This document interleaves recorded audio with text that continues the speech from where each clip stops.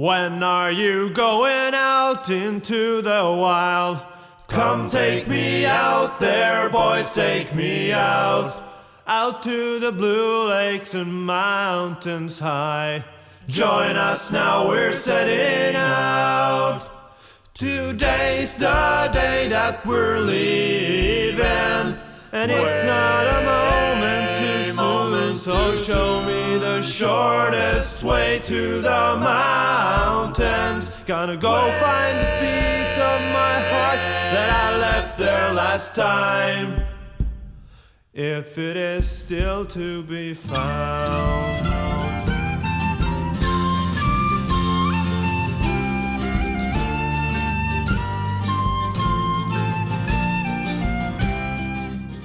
The carrying place was a critical part of the national transportation system from the earliest settlement times. Again, if you wanted to travel east and west along the north shore of Lake Ontario and you were carrying baggage in a flotilla of bateaux or something, or with canoes or whatever, that's what the main transportation was in the late 1700s, early 1800s. Here is the story of a worn trail many consider the oldest road in Ontario. Along the shores of the Bay of Quinte, a foot-beaten path travelers followed from water to water. Even though there were many other carrying places, this one became known for all time as the carrying place. If we want to talk about the Murray Canal, we have to talk about the carrying place. And that doesn't mean the village of Carrying Place. That means that path across the isthmus, the narrowest point of that path between Weller's Bay and the Bay of Quinte. That's what was there long before European settlers were there. It was used for that purpose for a long time. The Indigenous people knew it was a place they had to pick up their canoe and carry it across. It was a handy place. It was flat. They could have their meetings there. Groups could get together and have their ceremonies and what. So over time, it developed a lot of significance in their lives. When the European settlers came around, even with the fur traders early on, just a little bit look at the geography of the place lets you understand that this is a critical place. That Prince Edward County is that very large peninsula down there, and it's very difficult to sail into the east end of Lake Ontario, especially back in those days when people were using very small boats. It was dangerous. So if you wanted to go along the north shore of Lake Ontario, east or west, that little isthmus was the place that you stopped, picked up your canoe, carried it across, along with all the other things you were carrying, and went to the other side. So that the term the carrying place to me is far more important there. And of course the Murray Canal is there because of the carrying place. So I can't really talk about one without talking about the other. My name's Dan Buchanan. I live in Brighton, and I'm known as the history guy of Brighton. And that describes my role. The narrow piece of land that joins Prince Edward County to the mainland is about 3 kilometers wide, and it separates the Bay of Quinte from Lake Ontario. The Kente portage may be the oldest road in Ontario. The Indigenous people called this little isthmus many different names. It translates into English as "I pick up my canoe," which is very fitting. It's just a practical reality. The Mississauga Indians were the main inhabitants of the area we know as Ameliasburg Township, until the arrival of the surveyors and subsequent settlement of the assigned lots in 1787. Making agreements on land is that they recognize the Mississauga people as basically having sovereignty in this part of the country. To Champlain goes the honor of being the first white European to see and travel the Bay of Quinte in 1615. But the surrounding region had been changing hands between various Indigenous groups for as long as the people had been on the land. Champlain wintered in Quinte after descending the Trent River and spending his time visiting several Mississauga tribes. The important thing with the carrying place is that the use of that place was traditional. And it had been used that way long before Asa Weller came there. He simply came and took advantage of it, like most of, European people came to the new land and took advantage of the geography they saw. Priests from Montreal were sent to run a mission at the Cayuga village known as Kensio or Kente. Experts believe that this village may have been somewhere along the shores of Weller's Bay, and perhaps even in Consacon. But it only lasted a dozen years before the priests abandoned the mission and went home. When I look at the geography, I'm looking more at settlement times, how the settlers dealt with the geography, and the fact that in that immediate area, of course, there's some really good land right there in the context of what they call the carrying place lots. And it's a small, kind of rectangular area that once you get south of the marshy area, it's very good land.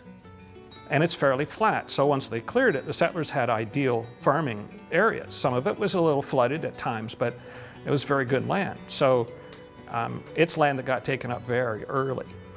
It was only with the influx of British loyalists into Canada after the American Revolution that comprehensive land surveys were done, and maps like the Aaron Arrowsmith's map of 1796 finally showed a somewhat accurate depiction of the bay.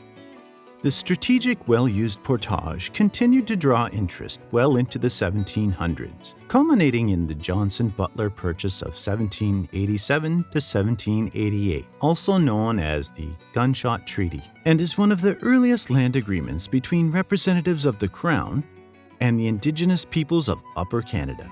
It resulted in a large tract of territory along the central north shore of Lake Ontario being opened for settlement. The British wanted a protected water route from Brockville to York, free from the potential of American interference. So Sir John Johnson and his subordinate, Colonel John Butler, negotiated land surrenders with Indigenous representatives. Johnson met with Mississauga chiefs at the head of the Bay of Quinte, near present-day Trenton, in September 1787. Some 626 persons attended. Together, the groups received ammunition, muskets, and tobacco from Johnson. Although this payment was later interpreted to be for the land, it was in fact a reward for loyalty to Britain and for the Indigenous people's service during the American Revolutionary War. The Johnson-Butler Purchase included the land along the north shore of Lake Ontario, between the Bay of Quinte and the Etobicoke River, as far inland as Rice Lake. Despite the presence of an interpreter, misunderstandings occurred. The British desired to firmly secure land titles, which was foreign to a communal society where individual ownership was unknown. The translation of words such as surrender of land was more broadly understood as shared in the Ojibwe language. It covered the land as far as a gunshot could be heard on a clear day. In time, this came to mean, to the British, all the lands in present-day Eastern Ontario and beyond. The agreement was to last as long as you could see the sun in the sky, as the rivers flow and the grass grows. Even today, the Gunshot Treaty is a confusing read and remains a contentious issue, despite repeated efforts to clarify its terms. Of course, after the War of Independence, you had the Mohawks coming in, who were allies of the British, who were given places to live after the war at Tananaga and then also at the east with Joseph Brant. There was a reduction in population of Indigenous people in this area, significant reduction, because of disease, because the settlers brought in disease that the Indigenous folks had trouble with, and because many of them just didn't want to live around the white folks and they moved to the north. Which is why I know in Brighton, I've grown up and done history now for a number of years, and I see almost no mention of Indigenous people in the history of the Brighton area. There were a couple of villages in that area they can see from archaeology, and they expect from the result of the archaeology that they were probably Cayuga people, which is the group that was just south of the east end of Lake Ontario, a small nation of the Six Nations.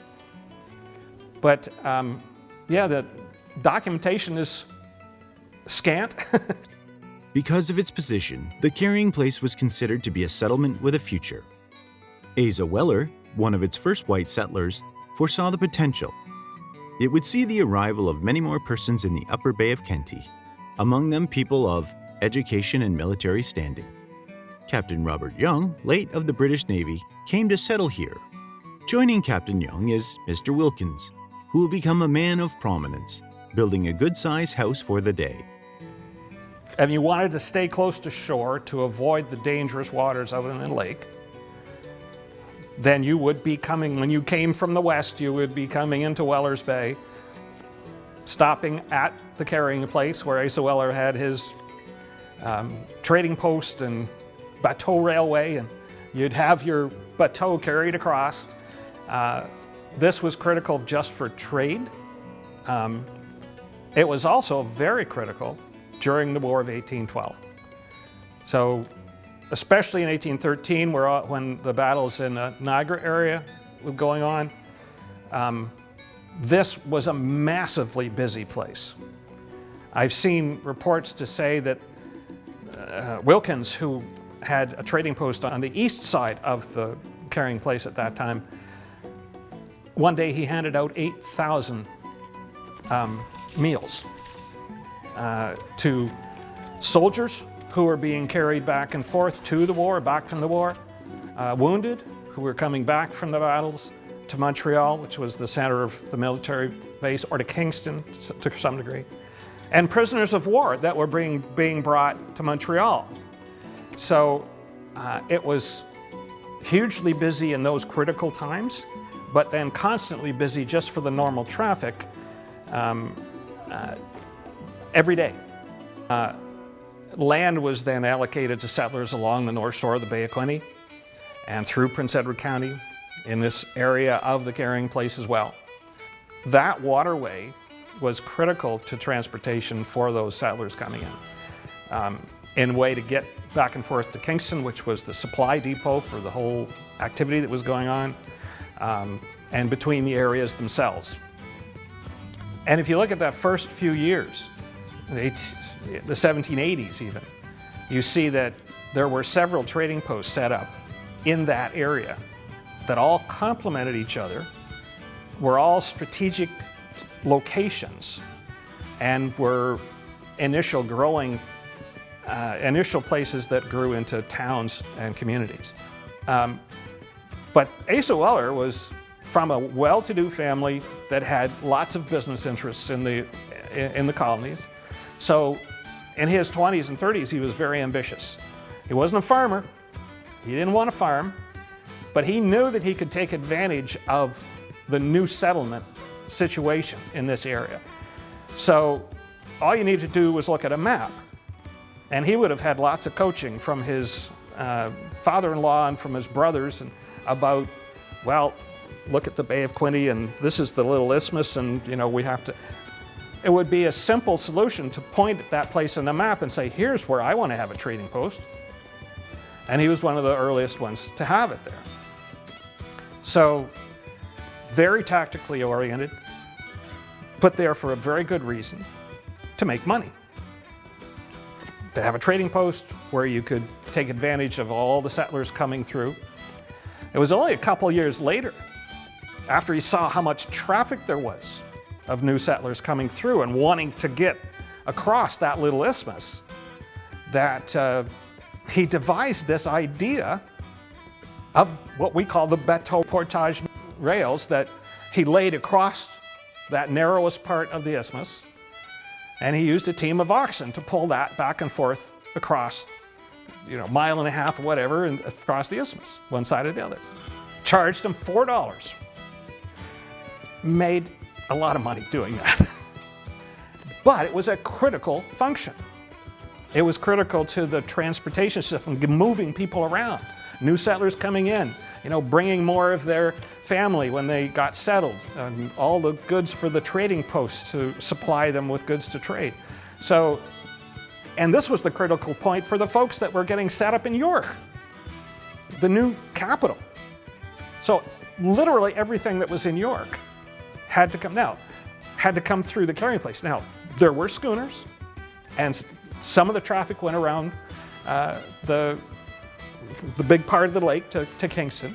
We've had, seen the story of the Speedy. There was the military, the provincial marine built schooners, but that was largely government business. So for people in their private business, for the traders, for the settlers, they had to manage the transportation for themselves because they couldn't either get a booking on one of the government schooners or afford the fee. So getting a bunch of bateaus and carrying our stuff along the shore and stopping and having to go across the carrying place was the best way you could do it. Like for those several decades, 1790s, 1800s, 1810s. That was the means of transportation to get back and forth. So Asa Weller was perfectly situated, made a lot of money on this, built hotels, and he built the finest house in the area. A chart made in 1816, based on a survey done by Captain William Fitzwilliam Owen, showed Weller's Bay, but the surrounding waters had different names. The Bay of Quinte was called Trent Bay then, and Presqu'île Bay was called Newcastle Harbor. Asa Weller is said to be the first permanent resident of European descent to settle along at Carrying Place. The Weller family were originally Palatine Germans who immigrated in the early 18th century to the U.S., settled in Vermont. Then around 1800, these late loyalists came to Canada. Asa Weller built a log cabin on the north side of the Carrying Place, on its west end. The first of the Youngs to arrive in the Carrying Place was Captain Robert Young, who came with his wife and large family in 1795 from Annapolis, Nova Scotia, where he had emigrated from Massachusetts. As a British officer, he was awarded 2,000 acres of land, 800 acres at the Carrying Place and 1,200 along the shores of Lake Ontario at Pleasant Bay. And of course, it wasn't just him either, because very soon after he was there, like in the last few years of the 1780s, 1790, in that time period, we see Robert Young settle on the south side of the Carrying Place, right there at the same place at the west end of the Carrying Place, right up to Weller's Bay, but at the south side of it. Asa Weller was all on the north side. And Robert Young, he was a high-end military man, and he actually was being solicited by Lieutenant Governor John Graves Simcoe to come with him and be part of the government in York and take advantage of all the land grants in York, because we're all going to get rich kind of thing. And Robert Young said no. He wanted to take this land here at this strategic location, and this is where he decided to settle. So to me, that's an interesting kind of situation, because he had an opportunity to be one of the highest end elites of the community, of the province, and he chose to stay at the Carrying Place. Now, he prospered very well. He had a large family, and his son James was a major player there. They had stores and different kinds of merchandising there over the years after that. So there was a lot of competition, but there was plenty of traffic and plenty of business for more than just Asa Weller. And there was. And it's not only that. There was another guy that set himself up at the east end of the Carrying Place very soon after this. Richard Wilkins. He was also a military man. The original Wilkins settler to live and work at the Carrying Place was Captain Robert, who was born in 1742 in England. Wilkins had enlisted in the Light Dragoons at the age of 17. He served with his regiment in Scotland, Ireland, and the United States. During the American War of Independence, he fought at the Battle of Bunker Hill and was wounded at White Plains Inn. But in 1792, he was persuaded by John Graves Simcoe to come to Canada. He and his wife and 3 children, Anne, Sarah, and Robert Charles, took up residence in Upper Canada and lived most of their lives at the Carrying Place. In 1795, Captain Robert Wilkins petitioned for a grant of land, and by an order of council was granted Lot 102, Concession 4, in Ameliasburg Township. On this property, he built a mill, about 1 mile east of the mouth of Lake Consecon. He had extensive holdings at the Carrying Place and lived there until his death, February 27, 1836, at age 94. And he had lots of high connections with the militia organizations of the province. He set up a trading post at the east end of the Carrying Place. And because of his connections with the military, when the War of 1812 came along, he was named the commissariat officer for the militia of the province. Like, this was a huge job. And so almost all of the supplies that were purchased for the British military fighting off to the west in Upper Canada, Niagara area and Windsor and all that, was purchased through Richard Wilkins and his store at the carrying place. And of course, he took a cut of everything.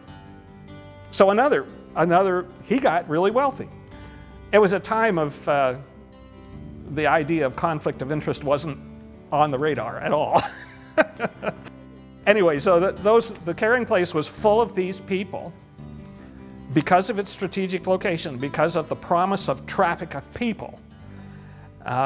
It was full of these people who really took advantage of that circumstance to make a really good living. The long and torturous history of the Murray Canal project began in 1796, when Lieutenant Governor Simcoe and his council adopted a resolution to set aside land for the canal in the township of Murray. The primary concern in doing so was to avoid the dangerous navigation off the Prince Edward Peninsula. This stretch of water, from Long Point to Wolfe Island near Kingston, is one of the most dangerous open water passages on Lake Ontario. Everything changed with the War of 1812, as the carrying place route became a central transshipment point for both troops and supplies between York and the Upper St. Lawrence. British control of Lake Ontario was uncertain.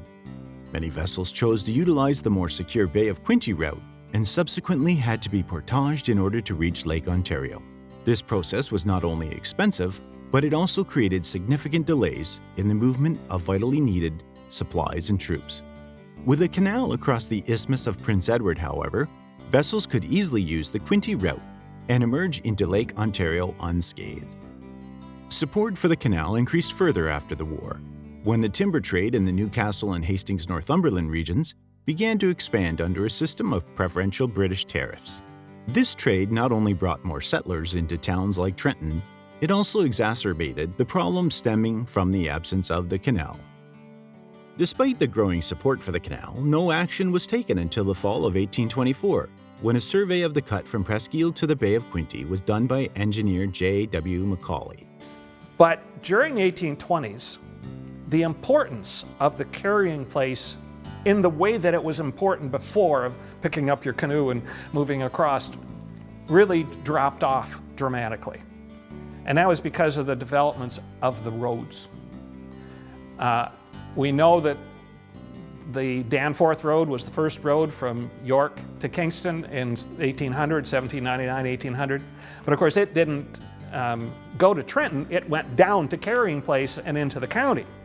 That was the first road. And that was because that Carrying Place was a critical place for it to go through. After the war, of course, they said we need a better road east to west. So the old Danforth Road was brushed off and improved, and that became what they called variously the York Road, the Dundas Highway was called various things after that. Mostly it was called the Kingston Road between Toronto and Kingston. The route of that new road didn't go to Carrying Place.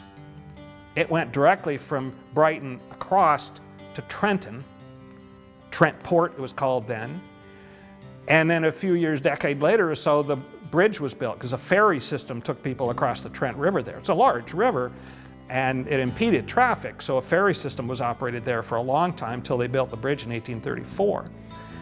And certainly once the bridge was built, that really emphasized the function of that new road.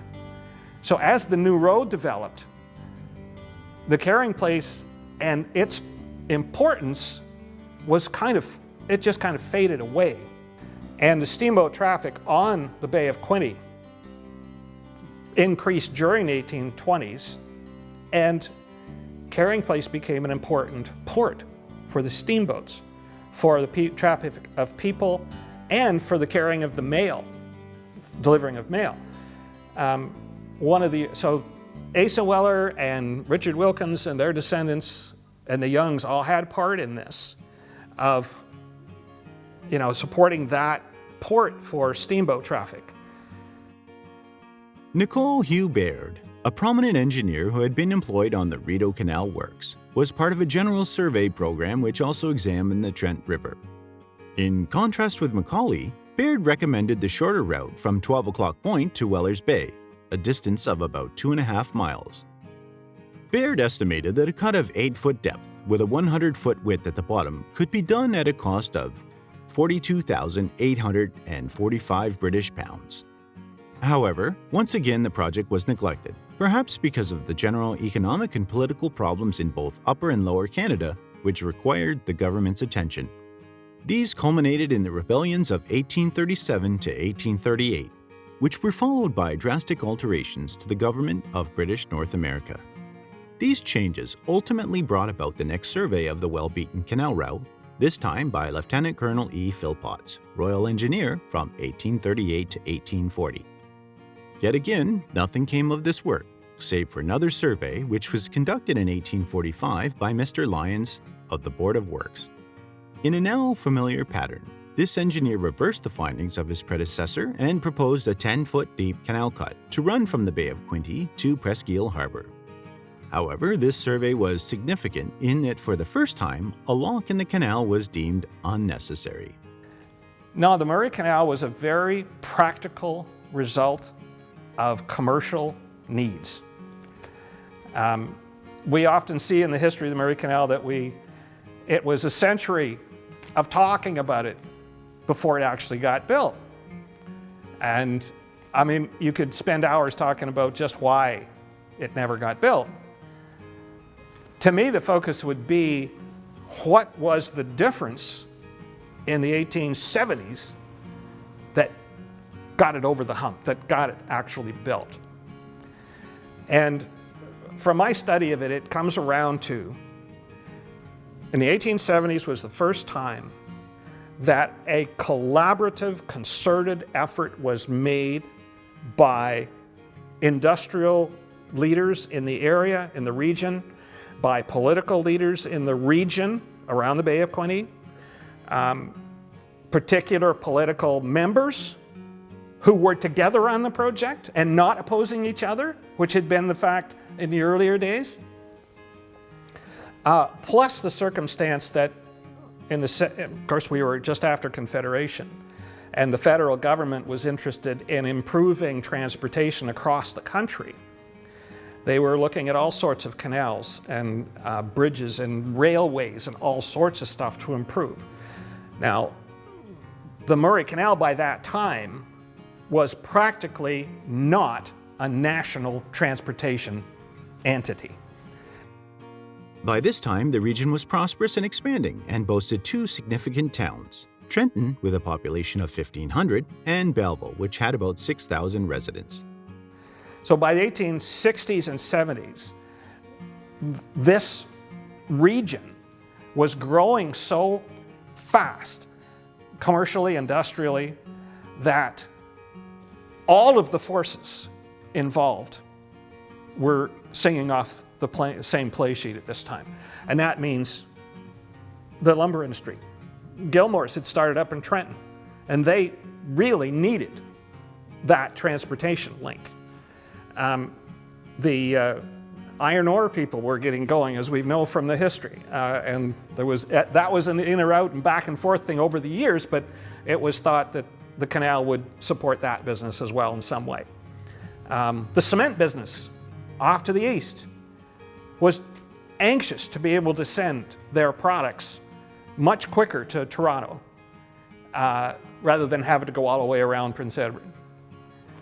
The agricultural interests were very strong in terms of the delivery of grain and all sorts of other agricultural products between the regional points, between Brighton and Trenton and Belleville and Napanee, all those regional points. So that kind of context became political. In the spring and summer of 1867, engineer J.H. Rowan reported his findings to John Page, the chief engineer of public works. It represented the most comprehensive work thus far, considering not simply one potential route, but three. The first was similar to that advocated by Lyons and Macaulay and ran from Dead Creek at the Bay of Quinte end to Presqu'île Harbor. This was estimated to be the most expensive route on account of its length and the presence of nearly 2/3 of a mile of rock, which was found at a depth of almost 9 feet near the west end. There was also considerable disunity within the Quinte community over the proposed route for the canal. For instance, in 1845, during Lyons' surveys of the Presqu'île route, the government received several complaints from residents around Carrying Place and near Weller's Bay, who were determined that if there was to be a canal at all, it would run through their area. These various factors were apparently able to override the substantial support which existed for the Murray Canal in the Quinte area, particularly among the commercial interests in Trenton and Belleville. You had a couple of major political figures at this time. James Lyons Biggar was a liberal from Carrying Place, another early family that were merchants there and grew wealthy from the trade at the Carrying Place in the early days, but he was like a third generation. He became MPP and he was for it. Joseph Keeler from Colborne had been for the canal for years. And let's remember, the Murray Canal is in Northumberland County. And these two gentlemen were members for Northumberland East and Northumberland West at the time leading up to this period when the interest was growing. So there was a lot of lobbying going on in Ottawa and in Toronto amongst the politicians, starting to really bring the information out from the local groups. And there was more local groups involved. The mayor of Belleville got involved. The county council, or the city council in Belleville got involved. There was all sorts of papers done that were partly technical, partly political, but got into the newspaper through the 1860s and 70s that was really pounding down on this, is that in order for our region to prosper, we need to have that link.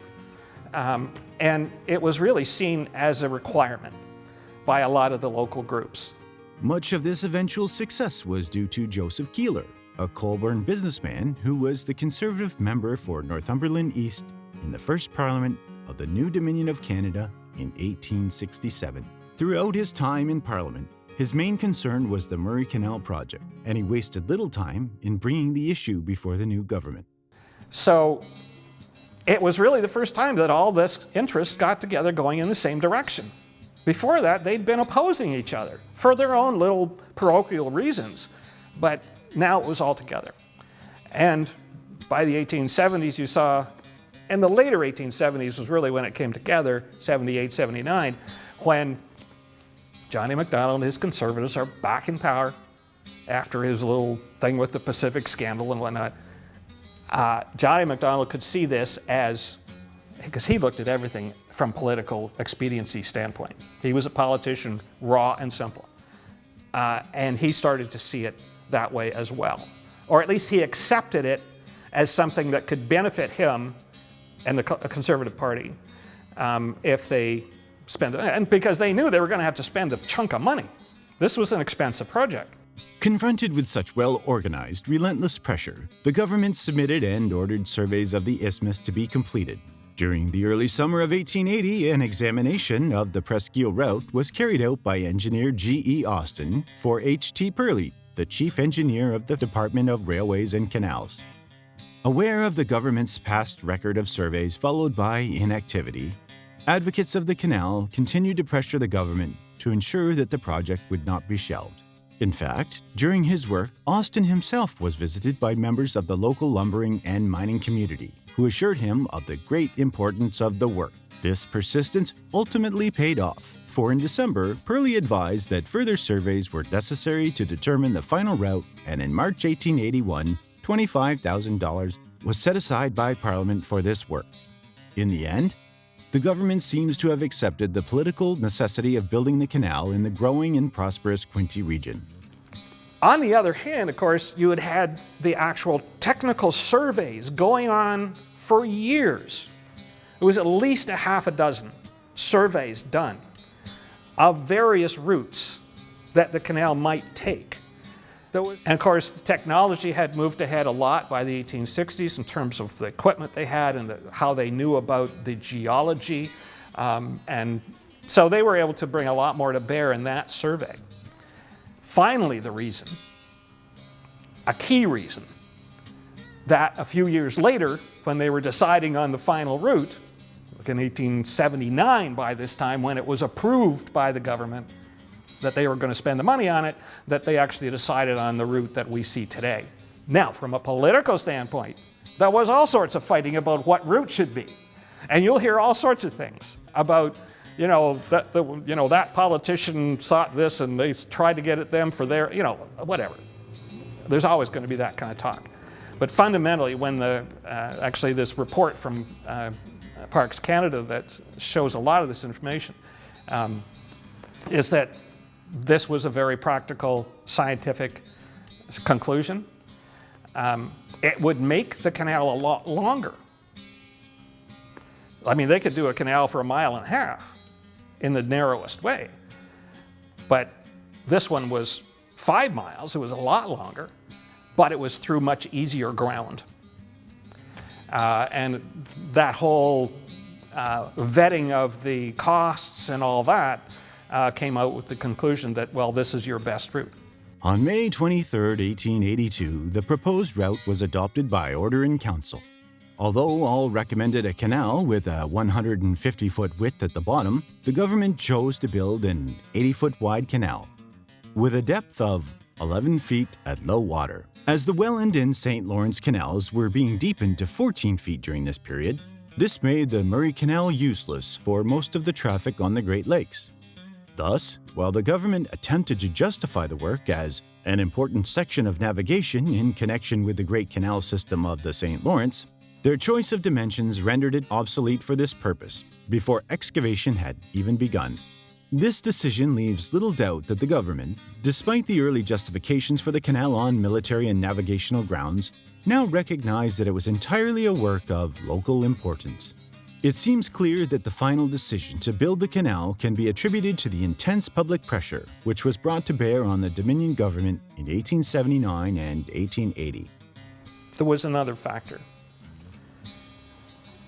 I come across in my history of Presqu'île and Brighton area that there was an ongoing competition between Wellers Bay and Presqu'île Bay from the earliest settlement times. Because these were two bays, they were off Lake Ontario and gave entrances into the inland area, protected bays that were, the term they used is harbor of refuge. That was a technical term that the government used, and they actually gave funding for dredging and lights and what, if a bay was allocated that way. And both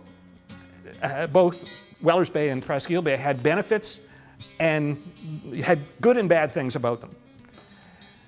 But when it came down to, in 1879, and as a result of the Rowan surveys, and some other surveys that were done more on Wellers Bay than on the canal itself, it was seen by that time that the buildup of sandbars to the west of Wellers Bay was getting uncontrollable.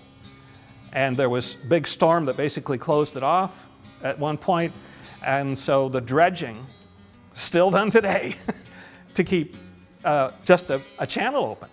So the decision to put the canal to Presqu'île Bay was done partly because they found rock formations in the other route, and partly because Presqu'île Bay was considered a better entrance point at the west end. It was longer, and it would require dredging out through Presqu'île Bay itself, but they wouldn't have to deal with the constant dredging of the sand that was seen to be there at Wellers Bay. The work itself was relatively straightforward. It consisted of the excavation of the canal proper, along with the dredging of the entrance channels and erection of 4 bridges over the cut. The tenders for this work were opened, and the contract was subsequently awarded to the firm of J.D. Silcox and Company of Welland.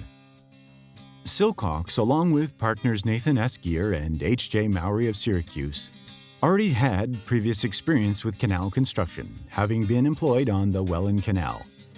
Their final bid was $1,140,625, which was considerably higher than a previous estimate of $721,000. The official opening of the canal was August 31, 1882. The Murray Canal had been an issue of great importance in the Bay of Quinte for almost 80 years. Naturally, when the decision was finally made to go ahead with the project, a large sod-turning ceremony was planned to celebrate and officially open the long-awaited works. It was held on the farm of William Lovett, which had already been appropriated for the canal right-of-way. The ceremonies began at 1:30 when Thomas Webb, the Reeve of Brighton Township and chairman of the Canal Celebration Committee, welcomed the crowd, and then presented a ceremonial silver spade to Mrs. Joseph Keeler to be used in the turning of the first sod. Joseph Keeler, the MP for Northumberland East, had died in January 1881, but had been the leading advocate of the Murray Canal during his time in Parliament. In recognition of his important work, Octavia Keeler was given the honor of opening the works. The fact that they had to expropriate land from farmers to have enough land to build the canal through on that strip. You've got to think of it that way. This was a major impediment on these people. They lost part of their farmland. Found that very interesting to see the context of those people in this event of the land being appropriated and then the Murray Canal coming around and them learning how to live with the bridges and the activity around the canal. Throughout the fall and early winter, most of the lands required for the canal right-of-way were expropriated and the trees and bush removed from this route. Considerable excavation was also carried out. On land, this was done using large wheeled earth scrapers, which were towed by local farmers who were employed on the works as teamsters. In addition to excavation by scrapers on land, 6 steam dredges were employed on the canal, and by the close of the year, almost 2,000 feet of the channel had been completed at each end of the works. With 6 dredges again employed during the 1886 season, the final cuts were made by the early summer, and the waters of the Bay of Quinte and Presqu'île Harbor were united. Initially, this achievement was celebrated only by the shrieking whistles of the dredges deployed along the canal route. However, greater festivities were soon organized, and on Wednesday, October 6th, the preliminary opening of the canal was celebrated. Yes, there was a formal event where all the politicians gathered down at Carring Place. The canal wasn't fully operational yet, but they wanted to have a full opening. It was and of course, Johnny MacDonald was there. He was the Prime Minister and beloved in this community. And he was getting older by that time, too. So, but he was there. The unusual thing about this event was there was no speeches. And it's noticed in the newspaper that everybody enjoyed this event because there were no speeches. How Johnny MacDonald would go to something like that and not have a speech is quite amazing, but this had been set down as a rule. Anyway, but they did have the ceremonies for opening the canal. And there was a platform set up that the officials were all standing on off just to the side of the canal, and people standing on the bank beside it. And just in the middle of this set of ceremonies, the platform collapsed and went right down on the ground. And Johnny MacDonald went tumbling over with everyone else. And of course, everybody scrambled to pick up the Prime Minister and, is he okay? And so everybody wondered what he was going to say, because Johnny MacDonald was known to have something funny to say about everything. Pointing his finger to the audience, remarked, "I have been in worse holes than that. This indicates to you folks the strength of the Liberal platform. It takes more than a grit to keep me down." Almost 100 years after it was first proposed, the Murray Canal was finally opened to traffic on April 14, 1889. The canal became a very popular swimming hole and picnic place. And there's lots talked about this in the records, where groups of people, kids would come from the whole area around and jump off the piers and whatnot. It's also interesting to see that the bridge masters were these guys that sat there in the little, well, actually they didn't have a building for a long time, and that was much later development. But they would be there, and they would be the ones that would go and turn the handle to swing the bridge open when there was boats going through. Those guys had a lot of time on their hands in between, and they often taught the kids how to swim. Bridge tenders began their duties, but they were not the only employees, for during its early years of operation, the canal staff was quite large. In addition to the 8 bridge keepers who were paid $1.25 or $1.50 a day, there were also 2 light keepers at 50 cents per day, as well as an administrative clerk. The maintenance of the canal was carried out by a force of 12 laborers. And it changed, the job changed over time. Of course, the early bridges were manual. The swinging mechanism was the big handle. You've seen this in pictures where the guy just walking around and swinging the bridge. Well, as time went by, of course, the bridges wore out, and they wanted better, wider bridges for better traffic safety. In 1936, the Trenton Bridge was replaced, and in 1947, the Brighton Bridge was changed, the same kind of big steel truss bridge. But the effect of that is that these new bridges were a lot heavier. And as a result, this manual turning of the bridge, the one guy couldn't do it himself. So the bridge masters got into the habit of hiring the young kids in the neighborhood to come around and help him turn the bridge. They even started to use tractors to turn it. So early in the 1950s, they started to look at electrification of the turning mechanisms for these bridges. Of course, it was pretty primitive. And it was really a full decade of trying, of installing a system and finding it wasn't reliable, it didn't work, and and then putting a better system in place, a better wiring, and better power, whatever. It was really trial and error. And for both bridges, they really didn't get a good electrical system until the early 60s. One of the interesting points that we probably have forgotten about in history is that when the canal first opened, and in the first several decades of the canal, so from 1890 up into the early 1900s, the priority for the bridge master was to have the canal open for water traffic. So the bridges were open for the canal and left open.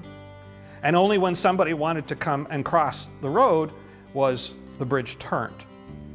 So of course that evolved as automobiles started to come onto the road in the teens and 20s. And people became very impatient about that. And so the whole attitude of the bridge master changed from having the canal be the priority to having the road being the priority. In 1926, the control of the Murray was transferred to the Trent Canal. And in 1960, this was changed, and the Murray Canal was designated the administrative center for both the Murray as well as the Lower Ontario Rice Lake Division. This situation was again changed in 1964, when the canal was designated as part of the new Trenton Division. Eventually, by 1971, a final rearrangement was carried out, and the canal was placed under the new Southern Division Superintendent with offices in Campbellford. Throughout the late 1950s, however, the final commercial demise of the canal was more than offset by the rise in recreational traffic. Much of this traffic was local, and the canal is still heavily used. Many recreational sailors use the canal as a shortcut into the more sheltered Bay of Quinte, en route to the Thousand Islands near Kingston. The canal has its own distinct usership, which is heavier than the larger Trent system. Nevertheless, in the final analysis, the administrative union of these two waterways seems strangely appropriate. Both projects were plagued by delay and governmental procrastination, and both owe their existence primarily to public pressure.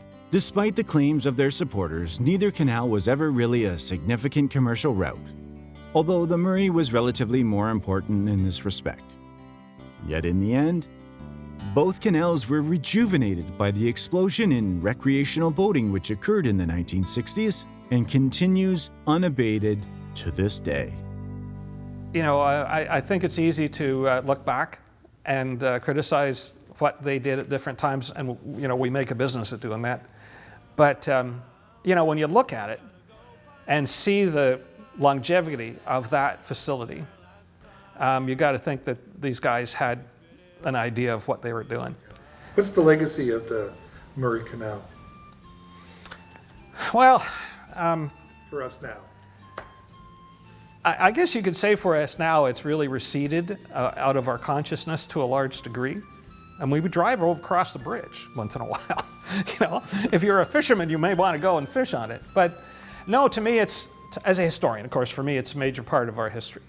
And it represents that really booming development period in the 1860s, 70s, 80s, 90s, which really formed our society and our structures, our infrastructure, because it really became a serious element in the commerce of this area. And that canal was the route to get there. Today's the day that we're leaving, and it's not a moment, so show me the shortest way to the mountains. Gotta go find the peace in my heart that I left there last time. If it is still to be, today's the day that we're leaving, and it's not a moment, so show me the shortest way to the Rockies.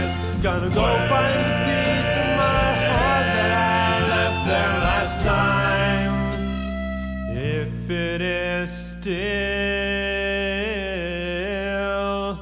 to